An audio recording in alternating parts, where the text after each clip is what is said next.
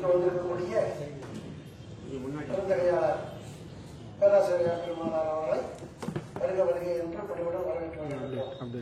மேலும் இந்த கூட்டத்திற்கு சிறப்பு விருந்தினராக வந்திருக்கக்கூடிய நெய்வேலியை சார்ந்த அன்பர்கள் அனைவரையும் பணிவுடன் வணங்கி வருக வருகை என்று வரவேற்று வருகின்றோம். மேலும் இங்கு வந்துள்ள அனைத்து சிவனைய செல்வர்களையும் வருக வருகை என்று வரும் மாணவர்களையும் வருக வருகை என்று வரவேற்று வருகின்றோம். வணக்கம். இப்பொழுது வகுப்பு தொடங்குகிறது என்பதை அன்போடு தெரிவித்துக் கொள்கிறோம்.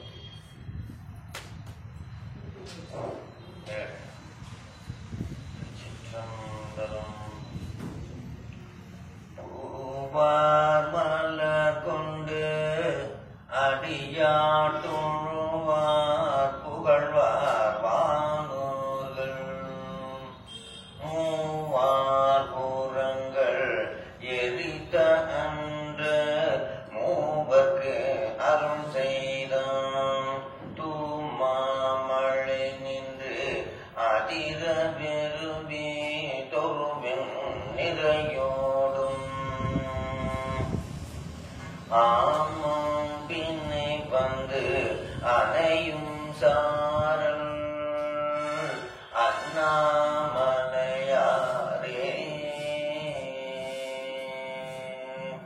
நினைப்பவர் மனம் கோயிலாய் கொண்ட எம்பெருமான திருவடிகளை போற்றி துதிக்கின்றோம். சைவ நன்னறிதனை உலகமெல்லாம் பரவச் செய்து கொண்டிருக்கின்ற நம்முடைய குருமகா சன்னிதானம் அவர்களுடைய பொன்னார் திருவடிகளை போற்றி துதிக்கின்றோம்.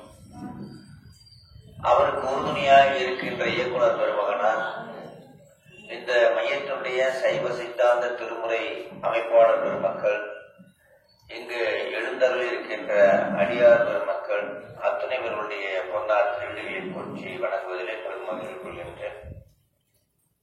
திருக்கோவிலூர் மாநகரிலே இது 3வது தொகுப்பு சைவ சித்தாந்தம். 3வது தொகுப்புல 3 மாதமுமே வகுப்பு நடந்திருக்கு. ஜனவரியிலே நடந்திருக்கு, பிப்ரவரியிலே, மார்ச்லயே நடந்திருக்கு. இப்போ மார்ச் வகுப்பு நம்ம வர்றோம். ஜனவரியை பொறுத்தவரையிலே ஒரு துவக்க விழா மாதிரி நடந்து எல்லா அன்பர்கள்லாம் பெரியோர்கள்லாம் வந்து வாழ்த்துறை வழங்கி நம்ம கொஞ்சம் நேரம் தான் வகுப்பு எடுத்தோம்.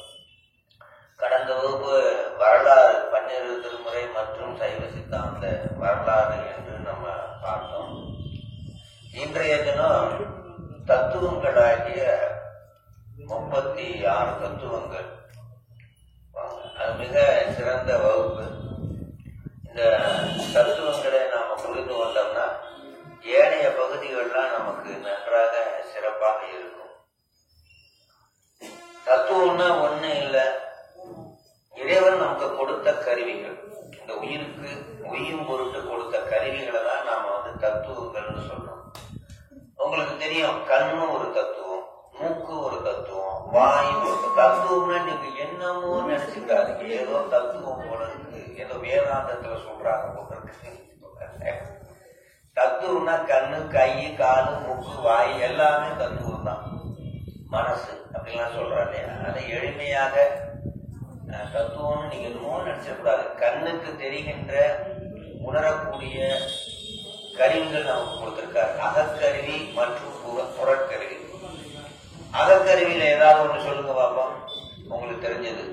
நாம பயன்படுத்துற அகக்கருவிகள்ல ஒண்ணு சொல்லுங்க. அதெல்லாம் புறக்கருவி.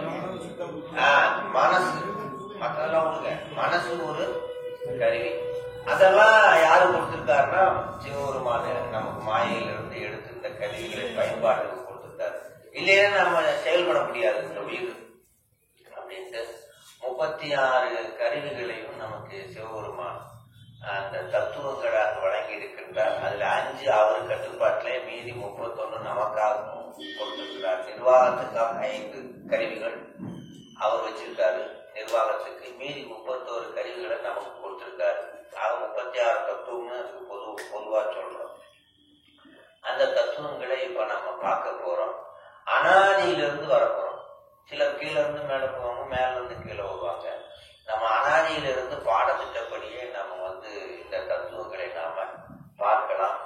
அனாதி வசந்ததா, ஆதி வசந்ததா, ஆதி வசந்ததா, அனாதி வசந்ததா? நீங்க ஒரு தடவை சொல்லிட்டீங்களா? நீங்க என்ன சொல்றீங்க? அனாதி, ஆதி. ஆதி நீங்க என்ன நினைக்கிறீங்க? ஆதி வசந்ததா அனாதி வசந்ததா? ஆதி. ஆதி வசந்தது.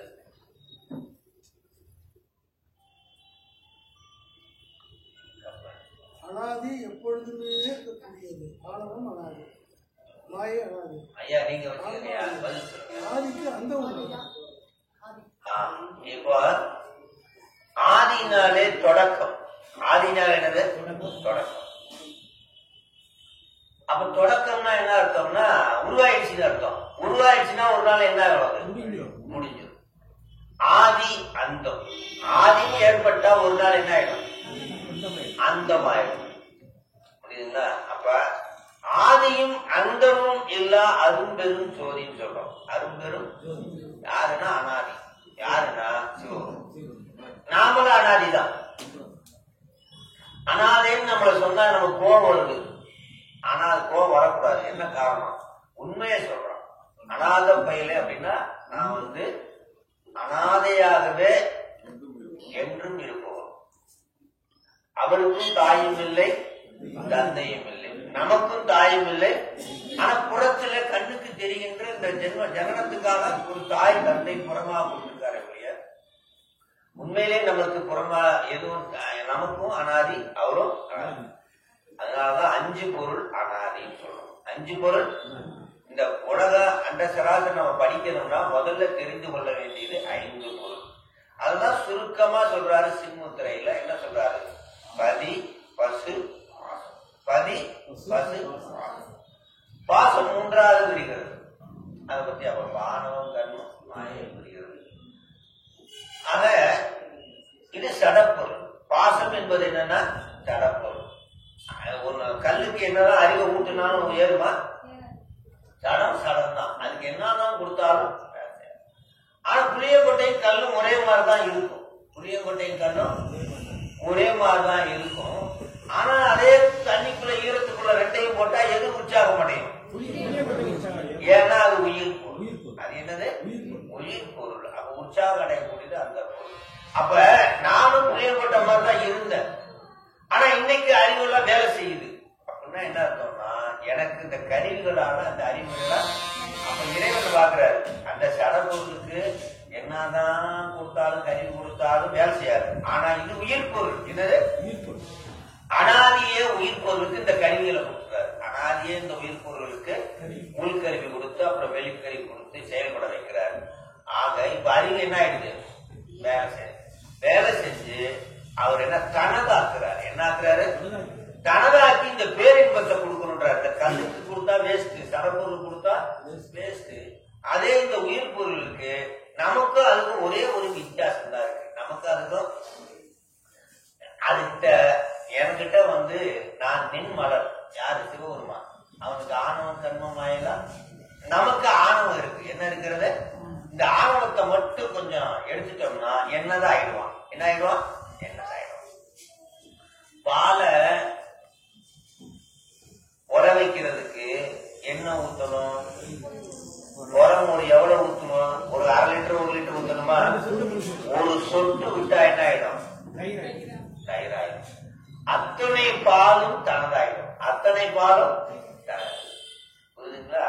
அதை போல சிவபெருமான் குருவா நமக்கு அந்த கருவிகளை கொடுத்து உபதேசம் பண்ணி தனதாக்குவதற்காக இவ்வளவு வேலையும் செய்யறான். அந்த அறிவு கருவிகளை பயன்படுத்தி தனதாக வேண்டும் என்பதற்காக செய்யறான்.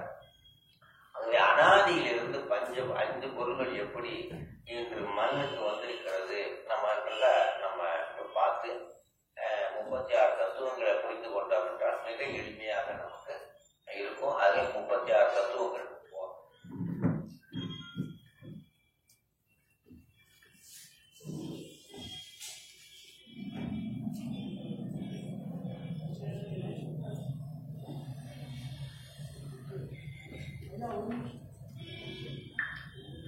என்னங்கய்யா?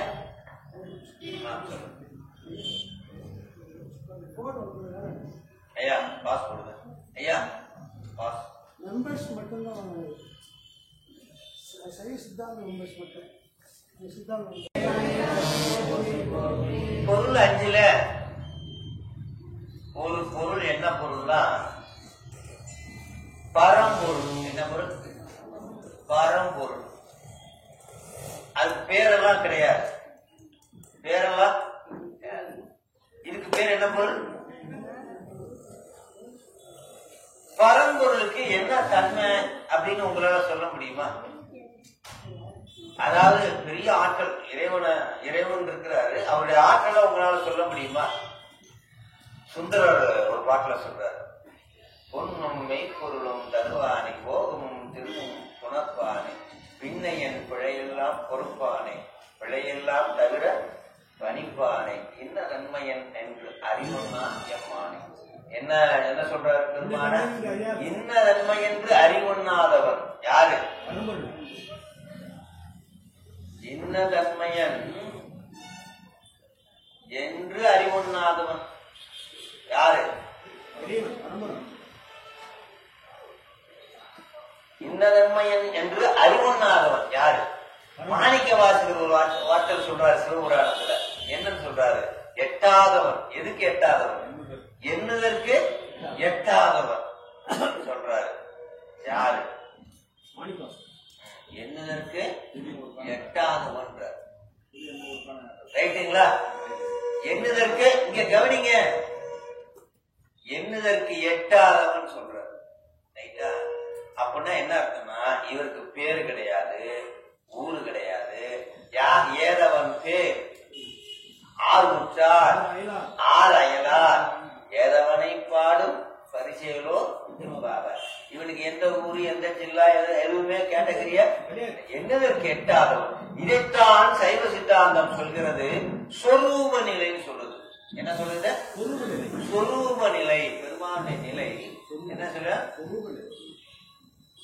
சொரூப நிலை சொல்றாங்க. தமிழ்ல சொல்லணும்னா சிறப்பு நிலைன்னு சொல்றாங்க. என்ன சொல்றாங்க? சிறப்பு நிலை அப்படின்னு சொல்றாங்க. இன்னதன்மை என்று அறிவொண்ணாதவன், எண்ணுதற்கு எட்டாதவன் யாரு? இவங்கிட்ட பரிமேலழகர் சொல்றாரு, எண்குணத்தான் தாழை வணங்காத்தலைன்னு வள்ளுவர் சொல்லியிருக்காரு. அந்த பரிமேலழகர் என்ன சொல்றாரு? 8 குணம் இருக்கிறதா ஒரு கணக்கு, அதையும் தாண்டி இருக்கும். ஒரு தோராயமா இவ்வளவு இருக்குன்னு சொல்றாங்க. எப்படி சொல்றாங்கன்னா, ஒரு வட்டம் போடுறேன். ஏன்னா வட்டம் போய்கிட்டே இருக்கும். எல்லை இருக்குமா? எல்லை இல்லாத வட்டம் எப்படின்னா எல்லை இல்லையே, போய்கிட்டே இருக்கும். வட்டம் ஏதாவது இருக்குமா? அதனால ரைட்டுங்களா? பரிமேலழகர் சொல்றாரு, 8 குணம் இருக்கிறதா ஒரு வரைப்படுத்தி சொல்றாங்க. என் குணத்தான் தாழை வணங்கா தலைன்னு. அவங்க என்னன்னு யாரும் எண்ண முடியாது. இருந்தாலும் வள்ளுவரை உட்பட்டு பரிமேலழகர் உட்பட்டு 8 குணம்னு சொல்றாங்க. அத்தனையும் அதுக்குள்ள கொண்டு வராங்க. என்ன இருக்கும் 8 குணம்னு நினைக்கிறீங்க? அதாவது தன்மயம் உடைமை. என்னது? தன்மய உடைமை. ரெண்டாவது தூய உடம்பு. ரெண்டாவது என்னது? தூய உடம்பு. 8 குணம். ரெண்டாவது தூய உடம்பு. மூணாவது முடிவில்லாத ஆற்றல். நம்ம கிட்ட எவ்வளவு ஆற்றல் இருக்கு சொல்லுங்க?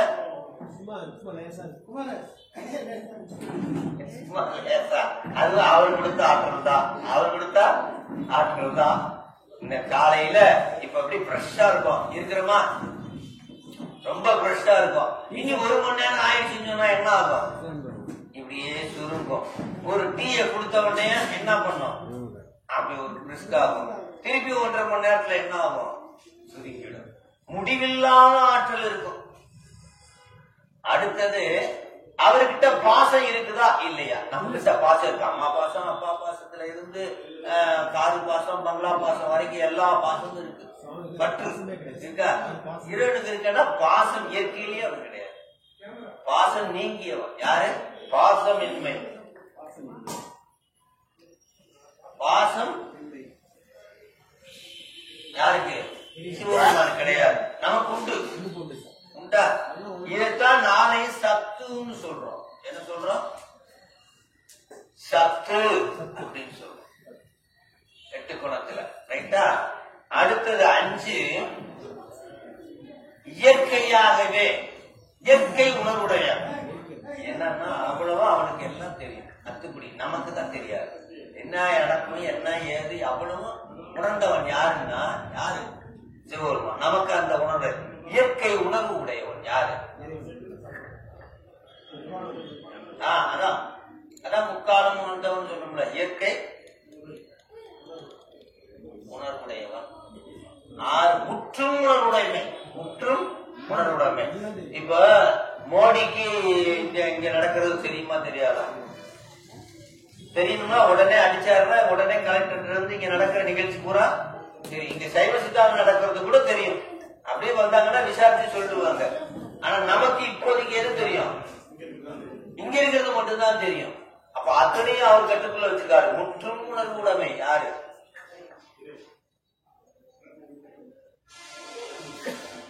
முற்றும் உணர்வு உடைமை.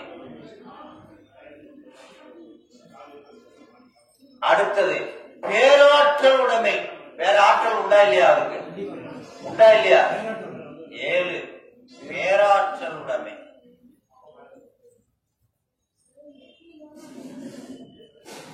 இதுக்கு 3க்கு பேரு சித்துன்னு பேரு. என்னது? சத்து சித்து. சித்துனா ஆற்றல். சித்துனா என்னதுன்னா ஆற்றல், சக்தியை குறிக்கக்கூடியது வச்சுக்கோங்களேன். சக்தி அது வேற இருக்கட்டும். அந்த சித்து வேற சக்தியில இருந்து வர்றதுதான். சத்து சித்து. 8 பேரானந்தம். முடிவில்லாத ஆனந்தம் பேரு. என்னது? எல்லை இல்லாதது, முடிவில்லாதது. இதுக்கு பேரு ஆனந்தம் பேரு. இது பேர் என்னது? இப்ப என்ன ஆயிடுச்சு? சத்து சித்து ஆனந்தம். அவருக்கு பேர் என்னது?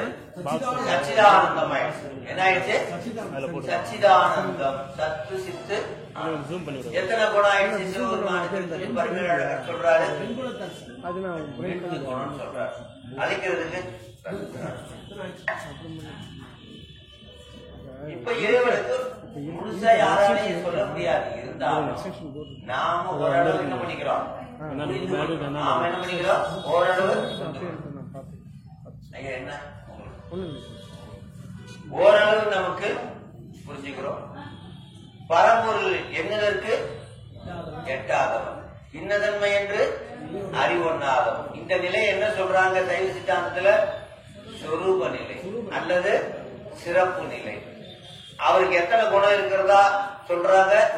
என் குணத்தான் தாழை வணங்கா தலை. ஒரு தொகுத்துறாங்க. இப்போ இதை பரம்பொருள் என்றும், இந்த இடத்துக்கு பேரு பரலோகம் என்றும், இந்த இடத்துக்கு பேர் என்னது? பரலோகம் என்றும். அப்புறம் என்ன சொல்றாங்க? பரசிவம் என்றும். என்ன சொல்றாங்க? பரசிவம் என்றும். எப்படி சொல்றாங்க? பரசிவம். இந்த இடத்துக்கு பேரு பரலோகம். இப்படியெல்லாம் நம்ம என்ன சொல்றோம்? எதை சொல்றோம்? என்னதற்கு எட்டாத நிலை. இப்ப பரசிவத்தை பற்றி இதற்கு பேர் தான் அநாதி சிவம். இது பேர் என்னது? இதற்கு பேர் என்னது? அநாதி சிவம். இதுதான் முக்கியம். இந்த அநாதி சிவம் எப்படி இருக்கிறாருன்னு பாத்துட்டீங்களா? அநாதி சிவம் எப்படி இருக்கிறாருன்னு நம்ம இப்ப அநாதி சிவத்துக்கு அப்புறம் இப்ப இது இருக்கு. இன்னும் ஒரு பொருள் இருக்கு. என்ன பொருள் இருக்கு? உயிர் கூட்டம். என்ன பொருள் இருக்கு? இது எவ்வளவு உயிர் கூட்டம் இருக்கு அப்படின்னு தெரியுமா? கணக்கு வாத்தியார் யாராவது இருக்கீங்களா? கணக்குல எல்லையே இல்லாத ஒரு சிம்பல் போடுவாங்க. என்னது? இன்பினிட்டி. அதாவது எல்லையே இல்லாத உயிர் கூட்டத்துக்கு அளவு எவ்வளவுனா கணக்கே கிடையாது. எல்லை இல்லாதது. அதுல ஒரு உயிர் தான் யாரு? நானு, நீங்க, நீங்க, இந்த பள்ளி பாச்ச வாங்க. அதுல ஒரு உயிர் தான் இந்த உயிர் கூட்டம். அதுல ஒரு உயிர் தான் நாமெல்லாம். அப்படி உயிர் கூட்டம் இருக்கு. இந்த உயிர் கூட்டத்துக்கிட்ட இதே மாதிரி என்ன தன்மை? இதுவும் உயிர் கூட்டம் அனாதி. உயிர் கூட்டம் என்னது? அனாதி. உயிர் கூட்டம் அனாதி. இந்த உயிர் கூட்டத்துக்கிட்ட என்ன தன்மை இருக்கு? அனாதியா என்னன்னா இயற்கையிலேயே அறிவு செயல்படவில்லை. என்னது செயல்படவில்லை? அது எப்படி இருக்குதுன்னா, அறிவு செயல்படாமல் இருப்பதற்கு இந்த டிவி பார்த்திருக்கீங்களா? டிவி உங்க வீட்டுல வேலை செய்யுமா? டிவி வேலை செய்யுமா? உங்க வீட்டுல வேலை செய்யும்.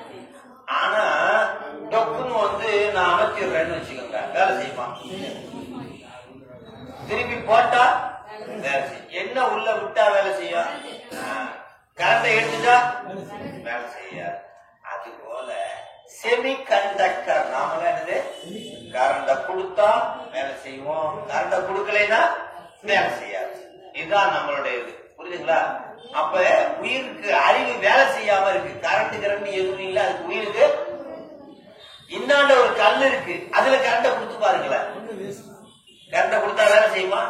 அப்ப நமக்கு மட்டும் கரண்ட கொடுத்தா வேலை செய்யக்கூடிய தகுதி இருக்குன்னு யாரு உணர்றாரு? அதனால என்ன பண்றோம்? அப்ப என்ன, நமக்கு அந்த அறிவு வேலை செய்யாம தடுக்கிறதுக்கு ஒரு பொருள் இயற்கையாகவே அவனை கலந்துருக்கு. செம்பு இருக்குது இல்ல, செம்பு, அதுல என்ன இருக்கும்? களிப்பை யார் கொண்டு போய் அதுல வச்சது? யாரும் கொண்டு போய் வைக்கல. இயற்கையிலேயே செம்புல என்ன இருக்கு? களிம்பு உற்பத்தி ஆகும். உண்டா இல்லையா? 10 நாள் கழுவுனா என்ன ஆகும்? அப்படி கழிவாரு. புத்தம் புதுசா வாங்கி கொண்டு வைங்களேன், 1 வருஷம் கழிச்சு கொண்டு போய் கொடுத்து பாருங்களேன். என்ன அதை அப்படியே கொடுக்க முடியுமா? எங்க இருந்து பழச கழித்து கொண்டீங்கன்னுவாங்க இல்லையா? அப்ப என்ன அர்த்தம்னா, இயற்கையிலேயே கழிம்பு இருக்கிறது. அது போல இந்த உயிரோட இயற்கையிலே என்ன கலந்திருக்கு? இது பொருள் நம்பர் 1, இது பொருள் நம்பர் 1, இது பொருள் நம்பர் 2. பொருள் நம்பர் 2 எது? உயிர். இதானே அனாதி உயிர். பொருள் நம்பர் 2 உயிர் கூட்டம் பேரு. என்னது? உயிர் கூட்டம். உயிர் கூட்டம் பொருள் நம்பர் 2. அந்த பொருளோட 2 in 1 டிக்கி மாதிரி அட்டாச்சு. எது? ஆணவம். என்னது? ஆணவம். ஆணவம்னா என்னன்னு நினைக்கிறீங்க? அது ஒரு பொருளா? அதுக்கு உருவம் எதுக்குமே உருவம் கிடையாது. 5 பொருளுக்கு எதுக்குமே. ஆணவம்னா என்னன்னா, தான் என்ற அகங்காரம், தான் என்ற யான் எனது. இதுதான் ஆணவத்துடைய முக்கியமான 2 கூறு. இதெல்லாம் என்னது? எல்லாமே என்னது. அப்புறம் என்னதுன்னு நினைக்கக்கூடியது. அப்புறம் நான் தான் வசத்தின்னு நினைக்கக்கூடியது. நான் தான் எதை பார்த்தாலும் எனக்கு ஆசைப்படும். வர்றமா இல்லையா? எந்த பொருளாலும் ஒரு வித்தியாசமா வச்சிருந்தோம்னா உடனே எனக்கு ஒண்ணு வாங்கி கொடுங்க சொல்றோம். சிலர் பரவாயில்ல வாங்கி கொடுக்குன்னு சொல்லுவாங்க, சிலர் அதையே கொடுத்துருங்க, நீங்க போய் வாங்கிக்கோங்க. அப்படி எல்லாம் உண்டுங்களா? அதையே கொடுத்துட்டு நீங்க வாங்கிக்கோங்க. நீங்க உங்களுக்கு நீங்க எத்தனையோட போவீங்க, வாங்கிடுவீங்க. நாங்கதான் போக முடியாது, அதை கொடுத்துட்டு போயிடுவோம். ஏன்னா அது வந்து தான் யான் எனது. என்னது? யான் எனதான் 2 கூறுகள். யான் எனது என்னுரை மாய்த்து கோதில் அங்கு ஆனானே கூட அவருக்கு இல்லை கண்டேனே மாணிப்பார். யான் எனதை நீக்கிறதா அவருக்கு வேலையே இறைவன் செய்யறது. ஆகவே அனாதியாக அந்த உயிர் கூட்டத்துக்கு என்ன இருக்கிறதுனா, என்ன இருக்கிறது? ஆணவம் அட்டாச்சா இருக்கு. இயற்கையாகவே அட்டாச்சா இருக்குங்களா? அப்ப என்னன்னா, பொருள் நம்பர் எத்தனை ஆயிடுச்சு? 3. பொருள் நம்பர் 3 ஆயிடுச்சு.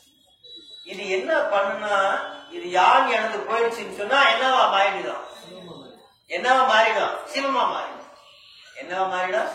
சிவமாக்குறது. தானாக்குறது ஒரு வேலை, சிவமாக்குறது. அதனால தான் எனது அப்படி தூக்கிட்டோம்னா, இதற்கு இயற்கையிலே பாசமின்மை, நமக்கு இயற்கையிலே பாசம் உண்டு. அவ்வளவுதான் வித்தியாசம். இவருக்கு இயற்கையிலே பாசமின்மை, அவங்க நமக்கெல்லாம் இயற்கையிலே பாசம் உண்டு. யான் எனது இதான் சொல்ற. அப்ப பொருள் நம்பர் எத்தனை ஆயிடுச்சு? 3. அது நம்மளுடைய அறிவை அழுத்தி வைத்திருக்கிறது. யான் எனது என்று அப்படி இருக்கிற இருமாப்புல இருக்கிறதுனால நம்மளுடைய அறிவு செயல்படாம முக்கியமான மீட்டிங் எடுக்கும் போது யான் எனதோட மீட்டிங்ல பொறுப்பாட்டீங்கன்னா உங்க அறிவு செயல்படலைன்னு அர்த்தம். இன்னொருத்தரா இருந்து பார்த்து ஒரு முடிவு எடுத்தீங்கன்னு வச்சுக்க, அவங்க நிலையில இருந்து எடுத்து பாத்தீங்கன்னா அந்த முடிவு சிறந்த முடிவா இருக்கும். யான் எனது அப்படின்னு நினைச்சீங்கன்னா அந்த முடிவு நிச்சயமாக சிறப்பாக இருக்காது. அவன் இடத்துல போய் நாம இருந்து நினைச்சு பார்த்து செஞ்சோம்னா அந்த முடிவு சிறப்பா இருக்கும். இப்ப ஆணவம் எத்தனை நம்பரு? இப்ப இதுக்கு கரண்ட் கொடுக்கணும். ஒரு மனம் சுவிட்ச போட்டா ஆணவம் சற்றே விலகி இதுக்கு அறிவு என்ன பண்ணும்? செயல்பட ஆரம்பிக்கும். ஒரு பவர்ஃபுல் ஆணவத்துல இத்தினோண்டு கொண்டு போய் எதையா ஒண்ணு போட்டோம்னா லேசா தெரிஞ்சவன் மிகப்பெரிய இருட்டுல ஒரு சின்ன டார்ச் லைட் வேலை செய்யுமா செய்யாதா? மிகப்பெரிய இருட்டுல ஒரு சின்ன டார்ச் லைட் வேலை செய்யும், ஒரு உறுதுணையாக இருக்கும்.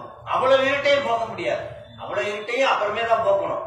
முதல்ல என்ன பண்ணணும்? ஒரு மிகப்பெரிய இருட்டுக்கு ஒரு சின்ன ஒளி மாதிரி நமக்கு என்ன பண்ண போறாருன்னா என்ன செய்யலாம்னு பாக்குறாரு. ஒரு கண்டை விட்டா வேலை செய்யற மாதிரி ஒரு கருவிகளை கொடுக்கணும் அப்படின்னு நினைக்கிறாரு. இது எங்க இருந்து கொடுக்கலாம்னு இப்படி திரும்புறாரு. எங்க இருந்து கொடுக்கலாம்னு இப்படி திரும்புறாரு. திரும்பினா என்ன அது? மாயை என்ற ஒரு பொருள். இது மேல இருக்கிறதுக்கு வேலை இல்லைன்னு வச்சுக்க, அதுக்கப்புறம் நம்ம பாடத்துல இல்லை, எதுலயுமே கிடையாது, அந்த மாதிரி ஒரு நடைமுறையே இல்லை. அப்படி மொத்தம் 5 பொருளோட எல்லாமே முடிச்சிருச்சு வச்சுக்க. மாயன்னு ஒரு பொருள் பாக்குறாரு. அதுக்கு உருவம் கிடையாது, அதுக்கும் உருவம் கிடையாது, அருவம் தான். அந்த மாயை என்பது அறிவு இல்லாத ஒரு சடப்பொருள், அறிவு இல்லாத ஒரு உருவமே இல்லாத ஒரு சடப்பொருள். இப்பதான் அந்த உருவமே இல்லாத சடப்பொருள ஒரு நோக்குறாரு. என்ன பண்றாரு? நோக்குறாரு. எப்படி நோக்குறாரு நம்ம பார்ப்போம். அதுல இருந்து நோக்கும் பொழுது ஒரு கருவி கரணங்களை நமக்கு கொடுக்கிறாரு. கருவி கரணங்களை கொடுக்கிறாரு. அந்த கருவி கரணங்களை கொடுக்கும் பொழுது உள்கருவியை முதல்ல கொடுக்கிறாரு. மனசு சொல்றோமா இல்லையா? இந்த கண்ணு காது மூக்க விட்டு உள்ளு மனசு உடனே என்ன பண்ணுதுன்னா அதாவது இஷ்டத்துக்கு என்ன செய்யுது? ஒன்னு ஆசைப்படும், ஒன்னு நல்லது செய்யும், ஒன்னு கெட்டது செய்யும். இதுதான் சாமியா நினைக்கும். அப்ப அதாவது வினை மாறுமா? உடனே இங்க என்ன ஆயிடுது? பருவடம்பு மாறிடுது. பிறப்புக்கும் எல்லா உயிருக்கும், ஐயா தண்ணி இருக்கணும். பிறப்புக்கும் எல்லா உயிருக்கும், எல்லா உயிருக்கும் ஒரே மாதிரிதான் உள்கருவி கொடுத்தாரு. ஆனா மனசுல அதாவது இஷ்டத்துக்கு என்ன பண்ணிடுச்சு? செயல்பட்டு வினை செஞ்சு ஒருத்தன் மனுஷனா பிறக்கிறது, ஒருத்தன் மிருகமா பிறக்கிறது.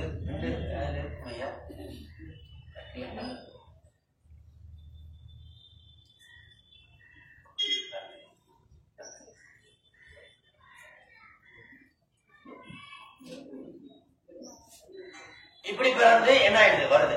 அப்ப உள்ள நினைச்சது பாத்தீங்களா? உள்ள அதுக்கு பாவம் செஞ்சதா? பாவம் புண்ணியம் எல்லாம் செஞ்சதா? அதுக்கு பேரு கண்மம். இந்த உயிர் செய்து அதுக்கு பேர் என்னது? கண்மம். இது 4வது பொருள் மாயை. 5வது பொருள் கண்மம். இது பிளஸ் சேருது என்னது? கண்மம்.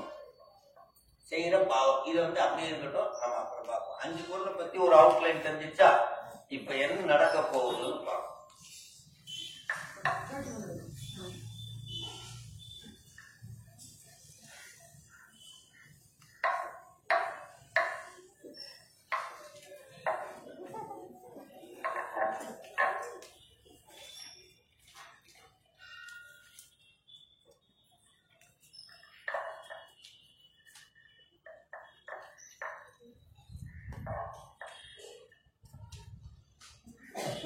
எல்லாமே நமக்கு உருண்டைதான்.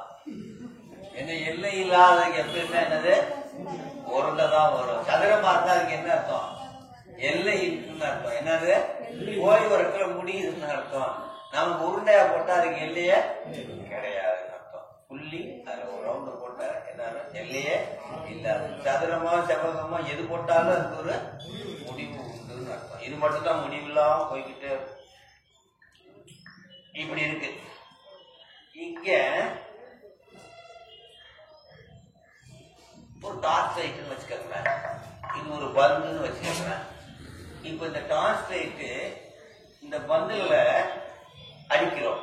எங்க வெளிச்சம் அதிகமா இருக்கும்? எங்க அதிகமா இருக்கும்? மேல் பக்கம். ரைட்டுங்களா?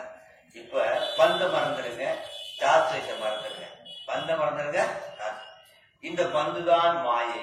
இந்த பந்து தான் என்னது? இதுதான் மாயை, மூல மாயைன்னு சொல்றாங்க. என்ன என்ன சொல்றாங்க? மூல மாயை. மாயை நம்பர் 1. மாயை நம்பர் 1. மொத்தம் 4. மொத்த மாயை எத்தனை? 4. இதுக்கு பேர் என்னது? மூல மாயை அப்படின்னு சொல்றாங்க. மூலமா இருந்து வந்ததுனால இது பேர் என்னது? மூல மாயை. மாயை நம்பர் 1. ரைட்டுங்களா? இப்ப இதுதான் பரசிவம். இதான் என்னது? பரசிவம். அனாதி சிவம் பேர் என்னது?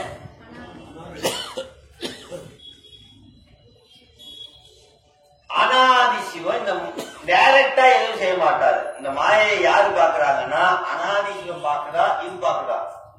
இந்த ஒளி பாக்குதா, இது பாக்குதா? மாயையை டச் பண்றது அனாதி சிவமா இந்த ஒளியா? ஆற்றல் தானே, ஆற்றல் தான்.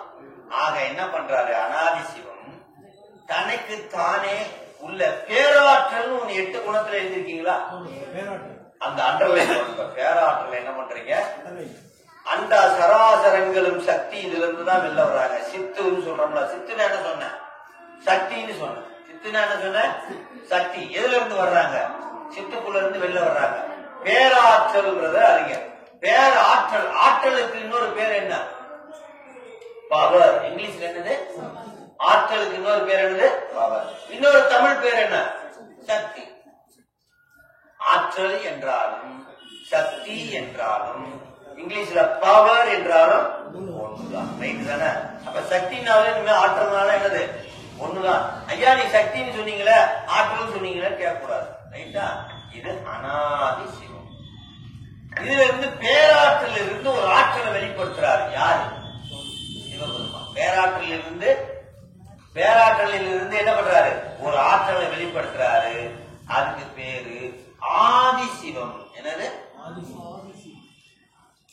இது ஆதி சிவம். ஆற்றல். இது அனாதி சிவம். இது என்னது? ஆதி சிவம். ஆதி சிவம்னா என்னன்னா நாமெல்லாம் நீங்கெல்லாம் சொல்றீங்க பாருங்க கோயில்ல போய் என்னது? பராசக்தி. என்ன சொல்றோம்? பராசக்தி, ஆதி பராசக்தின்னு சொல்றீங்க. அதுதான் இது. என்னது? ஆதி சிவத்தை தான் என்ன சொல்றோம்? ஆதி பராசக்தி. இல்லைன்னா ஆதி சக்தி. இல்லைன்னா என்ன சொல்றோம்? ஆதி சக்தி. இது ஈஸியா இருக்காப்பா? ஆதி சக்தினாலும் ஒண்ணுதான், ஆதி சிவம்னாலும் ஒண்ணுதான். ஏன்னா இதுல இருந்து தோன்றினவர் ஆதி. ஒரு நாள் இதோட எல்லாரும் போய் ஒடுங்கிடும். ஒடுங்காதா? எல்லாம் இவர்கிட்ட போய் ஒடுங்கிடும். இவர் மட்டும்தான் இருப்பார். எஞ்சி இருப்பவனுக்கு இறைவன் பேரு. எஞ்சி இருப்பான் அத்தனையும் ஒடுக்கி விட்டு இருப்பவன் யாருன்னா இறைவன். அதனால இறைவன் சீக்குவல் டு எஞ்சி இருப்பவன். இறைவன் சீக்குவல் டு அத்தனையும் ஒடுங்கினாலும் இருப்பவன் யாருன்னா இறைவன். எஞ்சி இருப்பவன். இதுக்கு பேரு அனாதி சிவம். இது பேர் என்னது? ஆதி சிவம் அல்லது ஆதி பராசக்தி. கோயில் பாணியில சொன்னா ஆதி பராசக்தி, சக்தி பாணியில சொன்னா ஆதி சக்தி, சக்தி பாணியில சொன்னா ஆதி சக்தி. அப்பா சிவபெருமான் இப்ப சிவனேன்னு இருக்கணும்னு சொல்லுவாங்க. இருக்குன்னு சொல்லுவாங்களா? இருக்க மாட்டாங்களா? இப்போ இவர் வேலை முடிஞ்சு போச்சு. இவர் என்ன நின்னுமே இருப்பாரு? சிவனேதான் இருப்பார். யாருக்கு வேலை அதிகம் இருப்பார்? ஆதிசக்தி தான் வேலை. அதனால சிவனே நீரு சிவனே நீரு சிவனே நீருன்னா உன் வேலையை நிப்பாரு. என்கிட்ட வேலையை விட்டே இல்ல, உன் வேலையை நிப்பாரு. அப்ப என்னன்னா வீட்டுல பாருங்க, அம்மாவுக்கு பவர் ஜாஸ்தியா இருந்தா பையனுக்கு நல்லதா, அப்பாவுக்கு பவர் ஜாஸ்தியா இருந்தா பையனுக்கு நல்லதா? நீங்க சொல்லுங்க. நீங்க அம்மாவுக்கு பவர் இருந்தா பையனுக்கு நல்லது. ஐயா ஐயா எல்லாம் என்ன இந்த பக்கம் நீங்க சொல்லுங்க. அப்பா அம்மாவை டைட்டா வச்சிருந்தாங்கன்னா அப்பாவுக்கே போய்க்கிறதுக்கு அம்மாட்ட போறது வேஸ்ட். அது நேரடியாவே ஆட்டை கேட்டுக்கலாம். அப்ப என்னன்னா அம்மா கிட்ட பவர் ஜாஸ்தியா இருந்ததா? வீட்டுல எதுவா இருந்தாலும் அம்மா மூலியமா தான் பையன் சொல்லுவான்.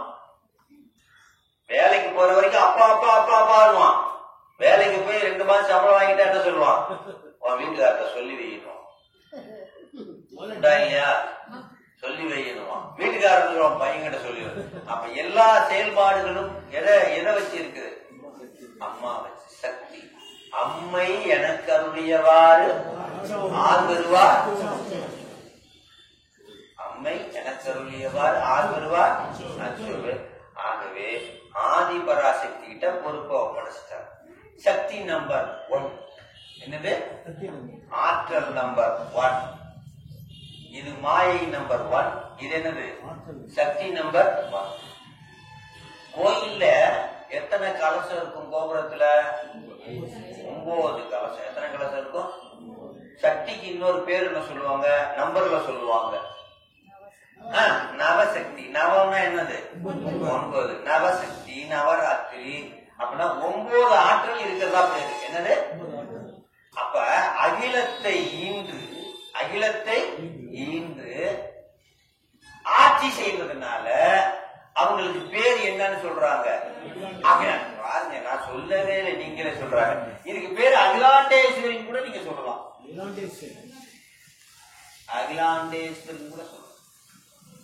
அகிலத்தை ஈண்டு ஆட்சி செய்யறாங்க. அகிலத்தை இதான் ஈன்றது. அகிலத்தை ஈண்டு யார் செஞ்சுக்கிறார்? ஆட்சி. ஆனா சிவன் என்ன பண்ணிருக்காரு? சிவனே இருக்கிறார். சிவன் எப்போதுமே சிவன். அதனால இதுக்கு பேரு சிவனடி என்று பெயர். இந்த இடத்துக்கு பேர் என்னது? இந்த இடம் வந்து என்னன்னு பேரு? திருவடி. சக்திக்கு இன்னொரு பேரு திருவடி. இப்ப நீங்க திருவடிக்கு போகணுமா சிவனடிக்கு போகணுமா? சிவனடிக்கு போகணும். அப்பனா யாருக்கு முதல்ல எதுக்கு போகணும்? திருவடிக்கு போகணுமா? போயிட்டீங்களா? இவங்களுக்கு கீழே தானே இருக்கிறோம். இவங்க ஆட்சி இல்லாம நம்ம இருக்க முடியுமா? அந்த திருவடிக்குள்ளதான் இருக்கிறோன்ற நினைப்பு வந்துச்சா திருவடி சேர்ந்தாச்சு. நினைப்பு வரலைன்னா எப்ப திருவடியை சேருவோம், எப்ப திருவடி பிறந்து சாக வேண்டிதான். ஆனா எப்ப இருக்குமா? திருவடிக்குள்ளதான் இருக்கும். நேற்று ஒரு பாட்டு ஜம்பல பாட்டு சொன்னேன். கலந்து நின்னடியாரோடன்று வாழ கழித்து இருந்தேன் அப்படின்னு அந்த பிரார்த்தனை பத்தில. அது என்னன்னா, அடியார் நூத்துக்கணக்கான பேரோட நான் இருந்தேன். ஆனா அன்னைக்கு உங்க அடியாருடைய சிறப்பு எனக்கு தெரியல. இப்ப நான் தனியா இருக்கிறேன், இப்ப தெரியுது. நம்ம வீட்டுல நிறைய பேர் இருக்கிற வரைக்கும் அவங்களுடைய அருமை நமக்கு தெரியுமான்னா தெரியாது. போனதுக்கு அப்புறம் தான் அந்த அருமை தெரியும். ஐயோ இருக்கும்போது விட்டனே, ஐயோ இருக்கும்போது விட்டனே. எத்தனை பேர் இருக்கிற வீட்டுல பாத்தீங்களா? அது உயிர் பொருளா இருக்கட்டும், சட பொருளா இருக்கட்டும், இருக்கிற வரைக்கும் அந்த அருமை வயசானவங்க அருமை தெரியாது. வேஸ்ட் நினைச்சிட்டு திட்டிக்கிட்டே இருப்பாங்க. அப்புறம் தான் அவங்க போனதுக்கு அப்புறம் தான் ஐயோ என் பேரனை தொட்டு போனா, பேசிய தொட்டு போனா, பள்ளிக்கூடத்துல கட்டினா, கரண்டுக்குள்ள கட்டினா, அவ்வளவு பிரயோஜனமா செஞ்சிருக்காங்க. உண்டா இல்லையா? ஆகவே இதுதான். அதனாலதான் மாணிக்கவாசகர் சொல்றாரு, திருவடிக்கு சொல்லிய வாட்டின் பொருள் வந்து சொல்லுவார். திருவடி கீழே எது இருக்கு? புகழம் தானே இருக்கு. நாம இருக்கிற இடம் தானே இது. அப்ப இருக்கிற இடத்துக்குள்ள இருந்து சொன்னோம்னா எங்க போயிடுவோம்? திருவடிக்கு. இதால திருவடிக்கு சொல்லிய வாட்டின் பொருள் வந்து சொல்லுவார் செல்வர். எவ்வளவு அற்புதமா இருக்கு பாருங்க. திருவடி கீழே வந்து சொல்லிய பாட்டு. நாம இருக்கிற இடம் தானே திருவடி கீழே. திருவடி கீழே சொல்லி சக்தி நம்பர் 1, மாயை நம்பர் 1. இப்போ ஒரு வாட்டர் டேங்க் இருக்கு. என்ன இருக்கு? வாட்டர் டேங்க் இருக்கு. தண்ணி லேசா கசியுது. எதுல கசியும்? செவத்துல. எதுல கசியும்? செவத்துல. கலந்து கடைசியில எங்க போகும்? செவத்துல கரைஞ்சது தரையில வந்து எதுல போகும்? டிச்சில போகும். ஐயா வார்த்தை பாணி நான் சொல்லல, ஐயா தான் சொன்னாங்க. டிச்சில போகும். இப்போ உங்களுக்கு தண்ணி தவிக்குது.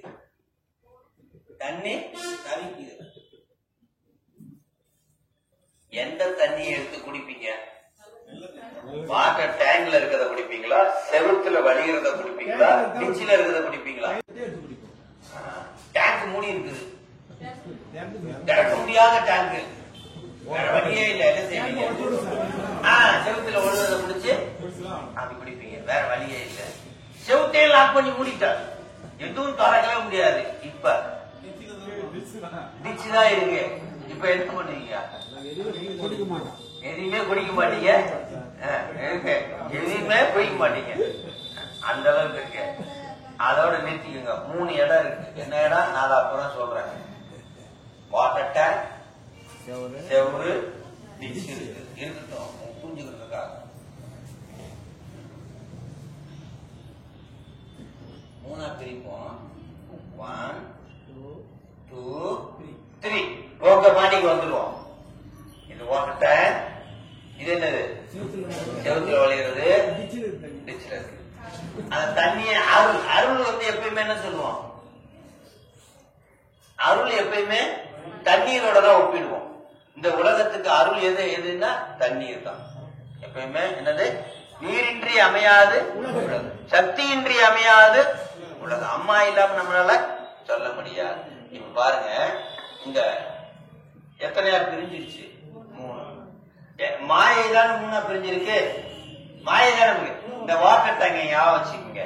வாட்டர் டேங்க சுத்தமான தண்ணீர். என்னது? சுத்தமான தண்ணீர். இதுக்கு பேரு சுத்தமாயை.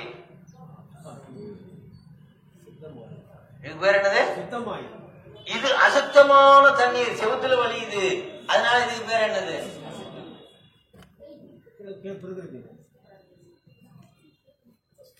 இது அதை விட அசுத்தமானது. அதுக்கு ஒரு வார்த்தை சொல்றாங்க, பிரகிருதி. உடனே ஏதோ பிரகிருதின்னு என்னமோ மண்டையில பொழையாத வார்த்தை சொல்றாங்கன்னா மிகவும் மோசமான அப்படின்னு அர்த்தம். என்னது? உங்க பாணியில என்ன சொன்னார் ஐயா? ஓகே, என்ன சொன்னார் ஐயாங்கிறதுக்கு டிச்சின்னாரு அந்த இடத்துல. இதுக்கு பேர் என்னது? மாயை நம்பர் 2, மாயை நம்பர் 3, மாயை நம்பர். எத்தனை மாயை ஆயிடுச்சு? இப்போ எத்தனை ஆயிடுச்சு? 4. இப்ப அனாதி சிவம், ஆதி சிவம், ஆதிபராசக்தி 1, மூலமாயை, சுத்தமாயை, அசுத்தமாயை, பிரகிருதி மாயை. ஓகேயா? இது வரும். யாராச்சும் திரும்பி போடலாமா? இப்ப இந்த இடத்த மட்டும் நம்ம எடுத்துக்கிறோம். எந்த இடத்த மட்டும் எடுத்துக்கிறோம்? சுத்தமாயை மட்டும் எடுத்துக்கிறோம். எடுத்துக்கலாமா? ஏன்னா இதுக்குள்ள எல்லாத்தையும் எழுத முடியாது இல்ல, போர்டு ரொம்ப சின்னதா இருக்குல்ல. சுத்தமாயை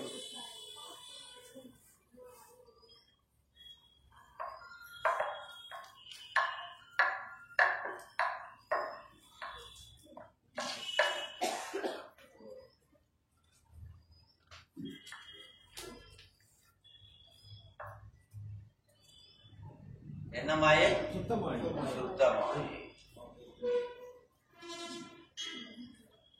ஆற்றல்ல இருந்து ஒரு பொருளும் இன்னொரு பொருளும் மோதுது. மாயை தானே பார்த்துச்சு. என்ன பொருள் எதை பார்த்துச்சு?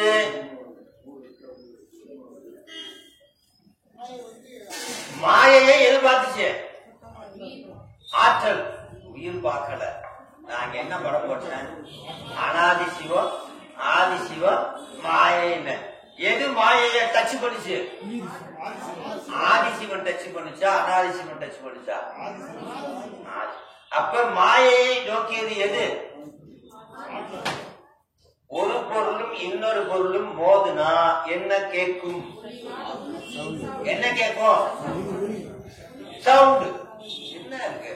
ஒரு பொருளும் இன்னொரு பொருள் மோதுனா என்ன கேட்கும்? அப்ப என்னது? ஆதிசக்தி எதோட மோதுது? ஆதிசக்தி எதோட மோதுது? மூலமாயையோட மோதுது. மூலமாயை மோதுது. மூலமாய மோதுது. மோதுனோன்னு என்ன ஏற்படும்? சவுண்ட். எப்படி என்ன இருக்கும்? சவுண்ட். அந்த சவுண்டுக்கு நாம வைக்கிறது என்னத்த? முதல்ல எல்லாத்துக்கும் முதல்ல என்னது? சவுண்ட், ஒலி. அதுக்கு என்ன சொல்றோம்? நாதம்.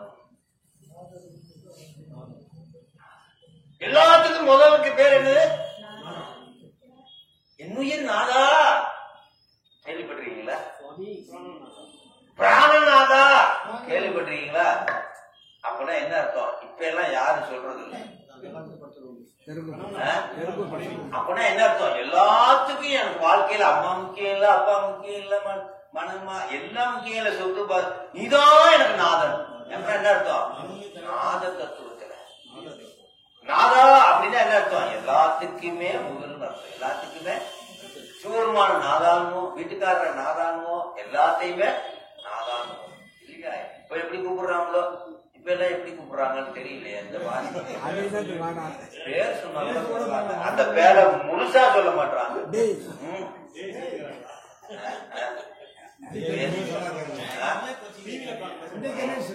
சரி விடுங்க, ஏதோ ஒண்ணு சொல்லிட்டு போறாங்க. அவங்க மகிழ்ச்சியா இருந்தா சரிதான். அவங்களுக்கு இப்ப எல்லாம் முழு பேர் என்ன சொல்ற, அரை பேரை சொல்ல, அப்பதான் எனக்கு மகிழ்ச்சியா இருக்கு. இவங்க சொன்னா என்ன பண்ண முடியும்? சரி போனா போதுங்க. நாதம் என்னது? சவுண்ட். அந்த சவுண்ட் எப்படி நமக்கு வருது? சயின்ஸ் படிச்சிருக்கீங்களா? இந்த சவுண்ட் கேட்டது இல்ல, எப்படி வந்து உங்களை சேர்ந்தது சொல்லுங்க.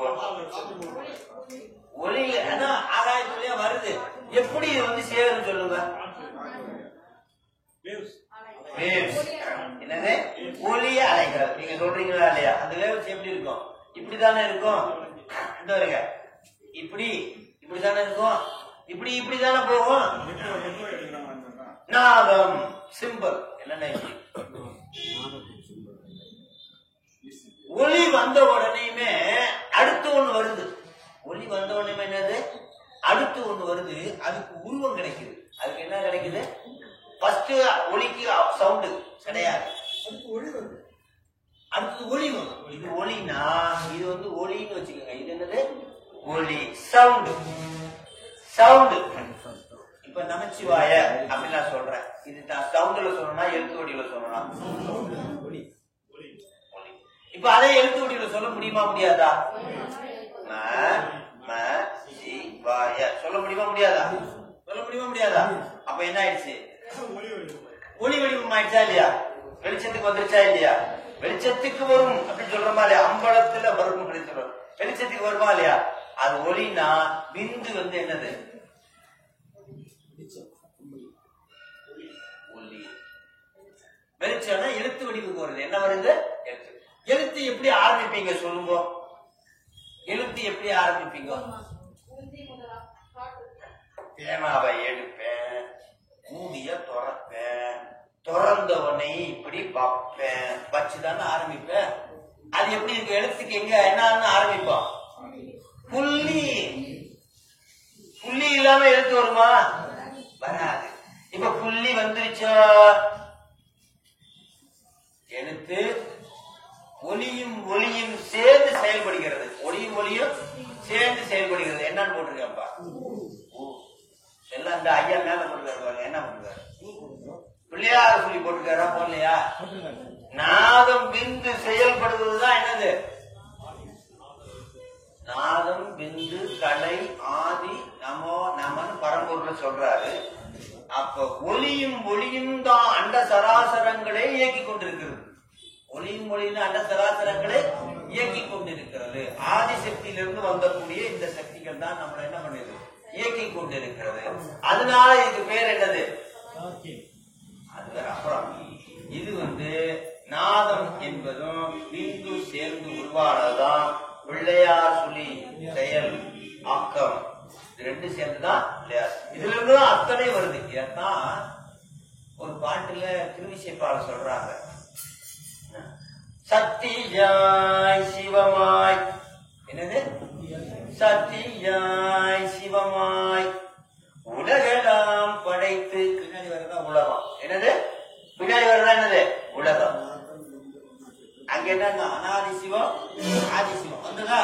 இப்போ இது சத் சிவம் என்று பெயர். இது என்னன்னு பெயர்? சக்தி என்று பெயர். அதுக்கு முன்னாடி இருக்கிறது பரசிவம்.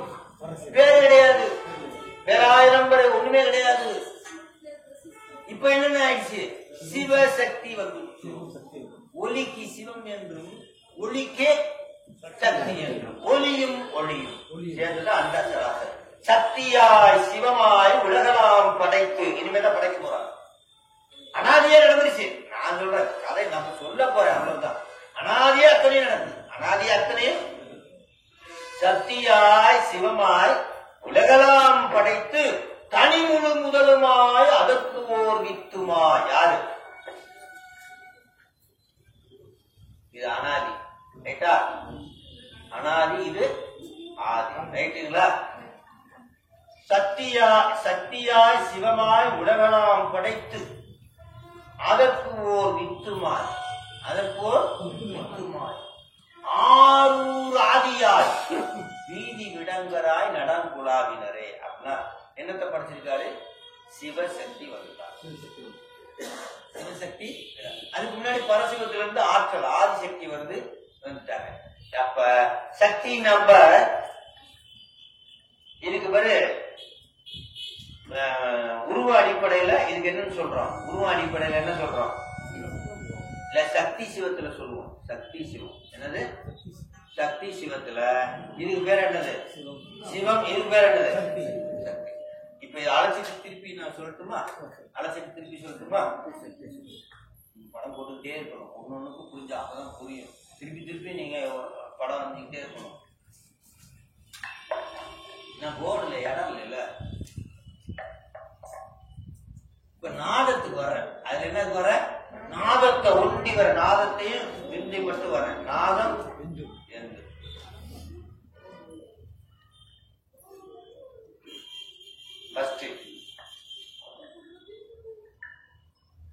ஒலி. இது என்னது? ஒலி. சிவசக்தி அடிப்படையில சிவ கொடுங்கய்யா. சிவசக்தி ஓகே கொடுங்க. அப்புறம் பாப்பமா ஐயா பாஸ் கொடுங்க. ஐயா பாஸ் கொடுங்க. எங்க ஐயா? சிவ சிவா பாஸ் கொடுங்க.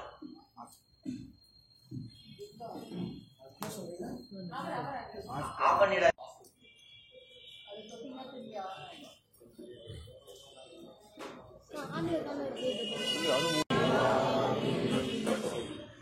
ஒலி ஒலி சிவசக்தி அடிப்படையில் இது என்னன்னு சொல்றோம்? சிவம் சக்தி. கோயில் அடிப்படைக்கு வாங்க. கோயிலுக்கு வாங்க. கோயில நீங்க பார்த்திருப்பீங்க. இது என்னது? மூலவர். இது விநாயகர். இது என்னது? இப்படிதானே? இப்படி இருந்தாதான் கோயில். இப்படி இருந்தானா அப்படி விநாயகர் வருவாரு. விநாயகர் நம்ம அங்க இருந்து வரும்போது இந்த அம்மா பாப்பாரு வர்றவன் ஓகே. உள்ள இருக்கிறவருக்கு பிடிச்சவர் தான் வர்றாரு. உள்ள இருக்கிறவருக்கு ஏன்னா இவரு எல்லாத்தையும் அந்த யான் எனதெல்லாம் அங்கேயே விட்டு பழி விட்டு வர்றாரு. கோயிலுக்கு வரும்போது பவ்யமும் வர்றாரு. என்னது? சண்டையை கட்டி இடுப்புல புட்டை கட்டிக்கிட்டு அவ்வளவு தான் என்ற அகங்காரத்தை திறந்துட்டு பழி விட்டுட்டு வர்றாரு. எதுல விட்டு வர்றாரு? பலிபீடத்தை விட்டு தாண்டும் போது என்ன பண்றாரு? நம்மளால அது பலிபீடம்லையா ஆட்டையும் மாட்டையும் போட்டு பலி கொடுக்கணும் போல எடுத்துட்டு சில காலத்துல பலி வெட்ட ஆரம்பிச்சோம். அந்த பலிபீடம் பேரை வச்சுக்கிட்டு ஆட்டையும் மாட்டையும் வெட்ட ஆரம்பிச்சாங்க. பலிபீடம்னா என்னன்னா பலின்னா எதை பலி விடணும்னா நம்மிடம் இருக்கிற ஆணவத்தையும் எல்லாத்தையும் விட்டுட்டு என்ன பண்ணும் வரணும். யான் எனது அகங்காரங்களை அவங்களை விட்டுட்டு நீ ஆண்டா நான் அடிமை, நீ ஆண்டா நான் அடிமை அப்படின்னு அவனுக்கு மூலவருக்கு விருப்பம் வந்துடும். விருப்பம் வந்தோடனே விநாயகருக்கு ரொம்ப மகிழ்ச்சி ஆயிடும். வரவன் நம்மாரு உள்ள இருக்கிற ஒத்துக்கிட்டாரு. இவருக்கு ஞானத்தை கொடுக்கணும். ஞானத்தை ஞானகாரகன் பேரு. அவர் பேர் என்னது? ஞானகாரகன். ஞானசக்தி அப்படின்னு பேரு. என்னது? ஞானசக்தி. அப்ப என்னன்னா ஞானம் ரொம்ப வேகமா கிடைக்குமா மெதுவா கிடைக்குமா? ஞானம் வேகமா கிடைக்குமா மெதுவா கிடைக்குமா? அதனாலதான் அவர் எந்த வாகனமா வச்சிருக்காரு? இம்மாம் பெரிய உடம்புக்கு இம்மாம் பெரிய சுண்டல் இல்லையா? அது பேர் மூஞ்சி. என்ன ஆயிட்டு மூஞ்சி வச்சிருக்காரு. அவ்வளவு பெரிய உருவத்துக்குன்னா ஞானம் மெதுவா தான் கிடைக்கும். கடையில போய் வாங்கலாமா ஞானத்தை? எப்படி ஞானம் கிடைக்கும் சொல்லுங்க? என்ன எப்ப ஞானம் கிடைக்கும் தெரியுமா? பல இழப்புகளை சந்தித்தவுடன் தான் ஞானம் கிடைக்கும். ஞானம் உடனே கிடைக்குங்களா? பல இழப்புகளை சந்திச்சதுக்கு அப்புறம் தான் நமக்கு என்ன கிடைக்கும்? ஞானம் கிடைக்கும். பல ஞானம் கிடைக்கும். அது உபயோகமில்லாத ஞானம் கிடைக்கும். இறைவனை அடையக்கூடிய ஞானம் மட்டுமே ஞானம். ஆகவே என்னன்னா கோயில்ல இவருக்கு பேரு ஞானம். ஞான சக்தின்னு பேரு. யாருக்கு பேரு? விநாயகருக்கு பேரு ஞானம். ஞானத்தை கொடுப்பார். என்ன ஞானத்தை கொடுப்பார் தெரியுமா? இங்கவா இந்த என் வைத்த பாரு உலக உள்ள இதுக்குள்ள இருந்து நீ தப்பிக்கணும்னா இந்த ஓங்காரத்தை புடிச்சுதான் நீ என்ன ஆகணும்? என் காதை பாரு துப்பி தும்பிக்கைய பாரு எப்படி இருக்கு? ஓங்காரம். இந்த ஓங்காரத்து வழியால இந்த உலக உண்டையை விட்டு வெளியில வரணும். ஒரு நாள் இந்த திருக்கோயில் நமக்கு தான் சொல்றேன், கேட்டுக்கங்க. குறும்ப நாயனாரு கைலாயத்துக்கு போயிட்டாரு, சேரமானு கைலாயத்துக்கு போயிட்டாரு, சுந்தர பெருமானு கைலாயத்துக்கு போயிட்டாரு. ஒன்ன கூட்டத்துக்கு நீங்க கல்லு பிள்ளையார மாதிரி உட்கார்ந்துருக்கீங்க அப்படின்னு கேட்டது யாரு? அவையாரு. அவங்களுக்கு முன்னாடியே உன்னை அனுப்புறேன் பாரு அப்படின்னு ஏறிக்க அப்படின்னு தும்பிகள் ஏறிக்கன்னு கொண்டு போய் எங்க வச்சாரு? இவங்களுக்கு முன்னாடியே கொண்டு போய் வச்சாரு. எந்த ஊர்ல? கைலாயத்துக்கு கொண்டு போய் வச்சாரு. அப்ப தும்பிக்கை என்னது? காது எது? ஓங்காரம். ஓங்காரத்து மூலமாதான் எங்க போக முடியும்? கைலாயம். ஓங்காரத்தை உபதேசம் பண்ண உடனே குதிரை என்னாச்சு? மேல பிறந்த சேரமானுக்கு. அப்ப எது மூலமா உலகத்தை கலக்கணும் அப்படின்னு உபதேசம் பண்றாரு. அவர்தான் ஞான சக்தி விநாயகர். ரைட்டுங்களா?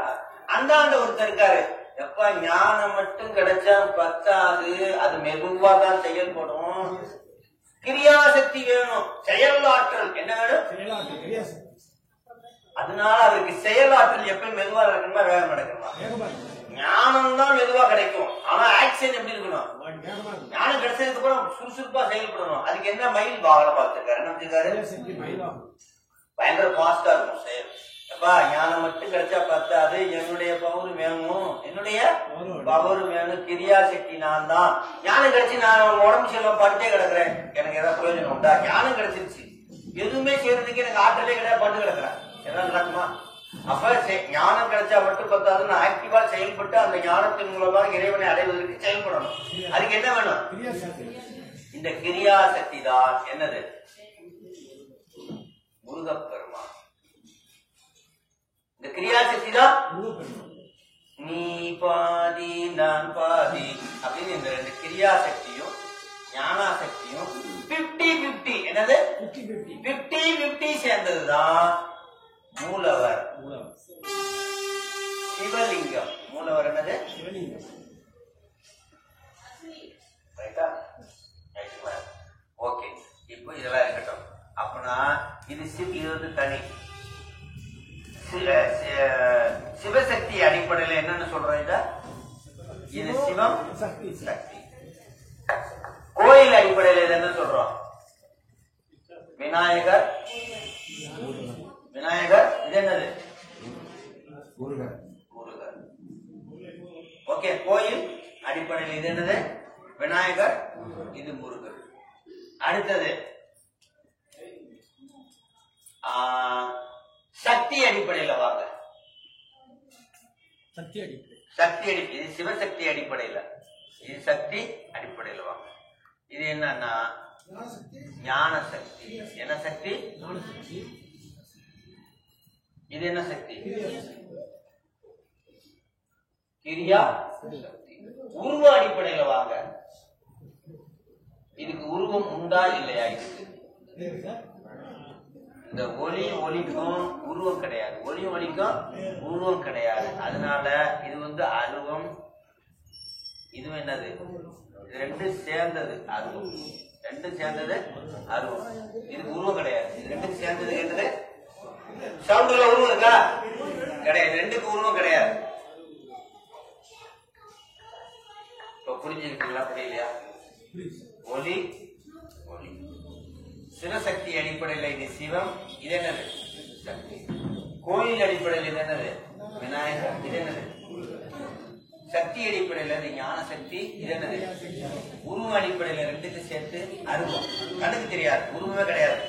இப்ப இதுல என்னென்ன எக்ஸ்ட்ரா வந்திருக்கு நீங்க சொல்லணும். தத்துவம் நம்பர் 36 மேல இருந்து வரும். என்னது? தத்துவம் நம்பர் என்னது? 36.